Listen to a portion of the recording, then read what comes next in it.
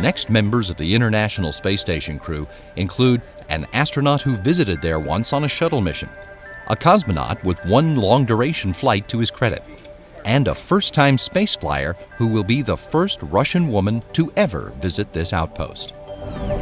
U.S. Navy Captain Barry Wilmore grew up in Mount Juliet, Tennessee, a suburb of Nashville. It's a place and time he remembers for great friends and a great school program that nurtured his natural impulses. My parents, my mom specifically, told me that my first word was not mama or daddy, it was why. I've always been inquisitive and what's out there and how's that work, and those type of thoughts have always been within me.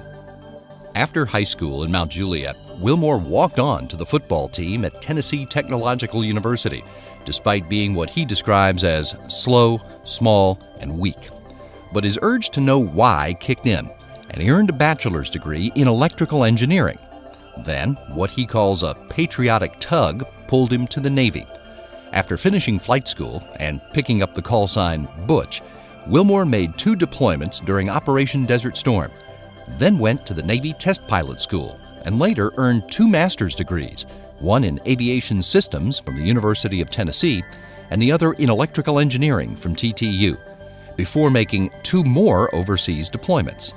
Then he taught at the Navy's and the Air Force's test pilot schools before being selected as an astronaut in 2000. Wilmore made his first spaceflight as the pilot on a space shuttle mission that delivered express logistics carriers and other parts to the International Space Station in late 2009.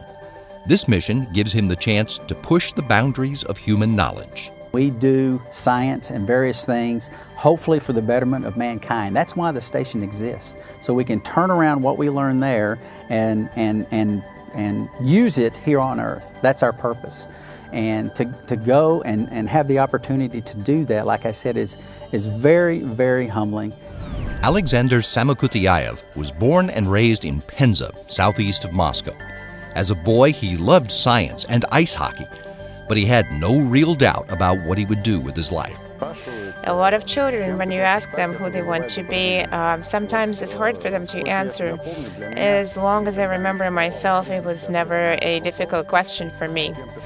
Who do you want to be? I always knew I was going to be a pilot. Maybe a little bit later, I realized I wanted to be a military pilot. Samokutyaev made his first flight as a pilot at age 16.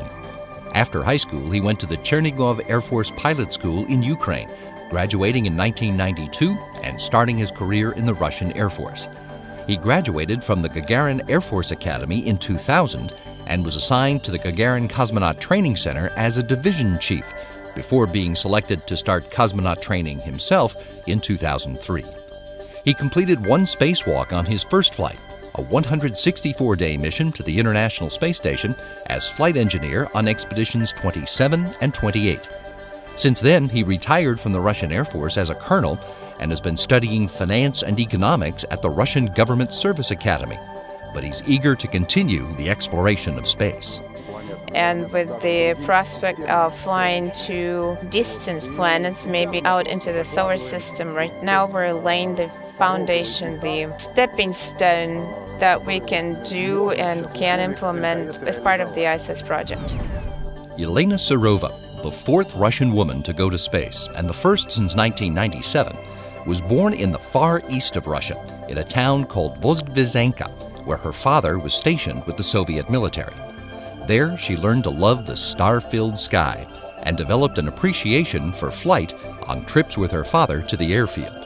As a young student, she was influenced by the writings of Konstantin Tsiolkovsky, the Russian father of rocketry, and by the leading personalities of the early Soviet space program. When I was in school, my first teacher told us about different achievements in cosmonautics, and I was very much impressed by those first flights from Svetlana Savitskaya in particular, who was the first woman performing a spacewalk. She was an amazing individual.